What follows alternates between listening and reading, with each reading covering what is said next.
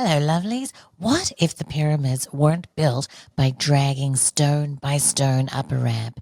Instead, the stones flew through the sky with the lost science of levitation. Stick with me. We're going there.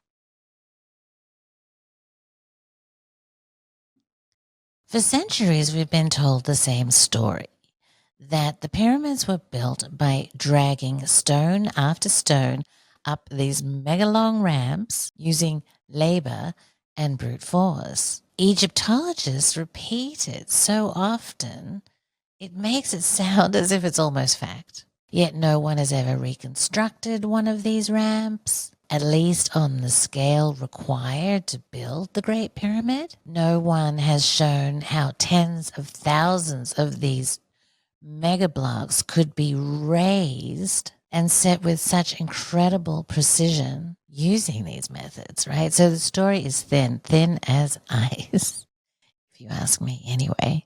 But we're still expected to believe it, right? Even with evidence so thin, we're still expected to believe it. And why is that? Because nobody's come up with a better explanation, or because there are other explanations, but they are just beyond belief.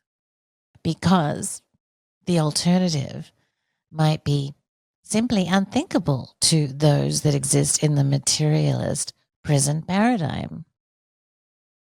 Clesson Harvey believed that the truth had been staring us in the face all along, not in stone quarries, but in inscriptions carved inside the pyramids themselves. The pyramid texts, we are told, are funerary hymns, the prayers for kings for a safe journey into the afterlife. But Harvey, trained in physics and chemistry and able to read Old Kingdom hieroglyphs, thought something very different. He claimed they were never about death at all. They were manuals, technical instructions, and what they described was levitation. To Harvey, the pyramid texts weren't describing myth at all, but a precise shift in human consciousness. He believed it pointed to a hidden faculty at the center of awareness, a place where vision opened into another order of physics. When activated, the initiate entered into what was described as a vibrant tunnel of light, very much like the tunnels of light described in near-death experiences. Inside it, gravity loosened hold. The body, clothed in a new form, rose, not metaphorically, but literally. If this is true, the Great Pyramid was never a tomb. It was a machine designed for initiation, built to teach candidates how to access this state of consciousness, how to alter their state and rise. Even the Grand Gallery, Harvey argued, was not a passage for the dead, but an architectural diagram of stone, encoding stone in the very process it was meant to induce. So ask yourself, what if the Egyptians didn't drag stone at all? What if they trained human beings to fly it? Now, we've already talked about how Cliff High believes that ancient humans used to use their mental capacities to fly vinyanas. This is a very similar idea. And in fact, Harvey's conviction was born from personal experience. At the age of 24, he went through what he called the opening of the wisdom eye, that he described as a sudden, non-human kind of consciousness. And it was triggered by a surge of energy up the spine that I would explain as being a Kundalini activation. And it repeated through his life many times. In fact, so much so that he kind of went around the world to try to figure out what the hell was going on. And eventually he did find help and he did find understanding. And this led to his belief about the possibility of radical transformation unlocking powers that modern science couldn't even conceive of and would dismiss as impossibility. And as we know, they have. So, with this in mind, he revisited the pyramid texts. And with his knowledge of Egyptian, everything he believed they said changed. Now, one thing we have to realize here is that there's not just one interpretation of the pyramid texts. The pyramid texts are these not crazy, but they're amazing texts that require a lot of interpretation. And as I would like to say again, we tend to look at the pyramid text through the lens of the most material society that's ever existed, reading the texts of the most spiritual society that ever existed. And so there might be some, I don't know, translation issues.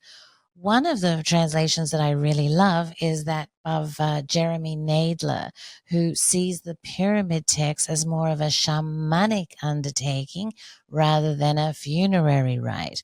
But Harvey takes it even one step further, seeing it as a manual, just as Cliff High saw Patanjali's sutras as being a manual for the use of higher technology. So Harvey went further still, and as I explained, he was talking about utilizing the powers of the mind as an interface for some kind of technology. But what kind of technology was he referring to? Well, he had a very interesting theory about the Ark of the Covenant. He believed that the Ark of the Covenant was an externalized version of the same principles, a counter-gravity device. Tutankhamun's nested shrines, he believed, was an early prototype for this kind of technology. The pyramid texts themselves, let me read it, speak of mechanet, archi, it levitates and it hovers. The ark's proportions, Harvey discovered, followed a 9:25 ratio, a harmony tied to the 9 forces of the eye, activated between the cherubim. It annulled weight. In other words, the ark did what the initiate did: unlock the eye, open the star door, and rise. Is it surprising at all that the ark's fate is one of the biggest questions that humanity still has today? Where the hell is that thing? Is it in Ethiopia, as Graham suggests? It is all very secretive and all very hidden, and kind of surprising that today we're still, don't have our hands on this technology, except Donald Trump has a replica in his house, apparently. Again, another interesting piece of information.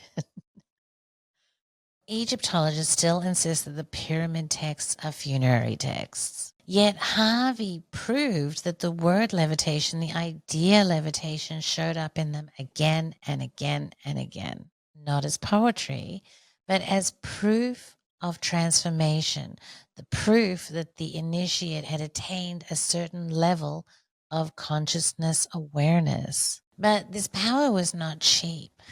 It required a great deal of sacrifice by the initiate. And this is something that Brad Clesson goes into in Magical Egypt. As he says, if you want to do this, you've got to give up on all the sex, drugs, and rock and roll. You have to live a moral, virtuous life of, restraint, basically. Something that Brad Clesson is not prepared to do. In fact, Utterance 2:19 says, let me read it to you. It says it requires a covenant of abstinence, obedience, and purity. Levitation, Harvey said, was no trick.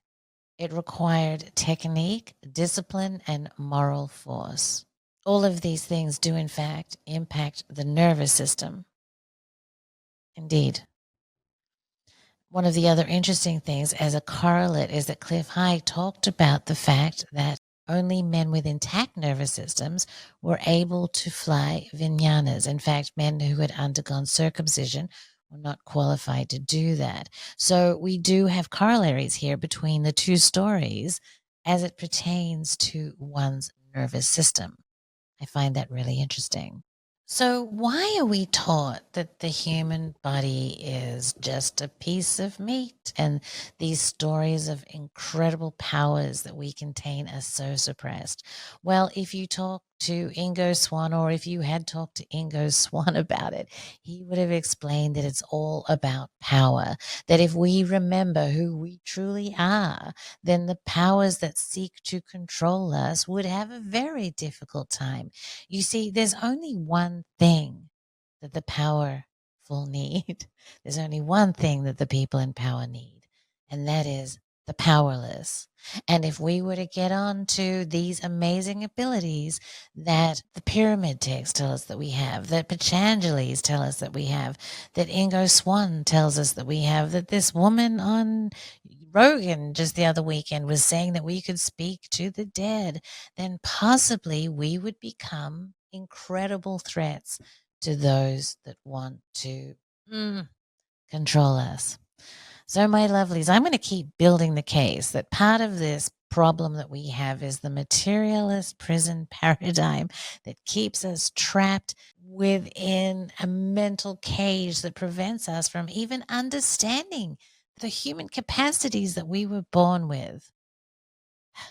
So, stick with me, darlings. Oh, and also, in fact, along this line, in 2 weeks or something, Chaz is going to be teaching a class on esoteric anatomy, where he is going to get into some of this information about Kundalini and the super serpent forces and the nervous system and all kinds of stuff. So, if this does in fact interest you, then come to the Magical Egypt website or have a look at the link below. And it's his very first masterclass, so it should be something that's absolutely excellent. In fact, I'm looking forward to it myself. So, more soon, lovelies.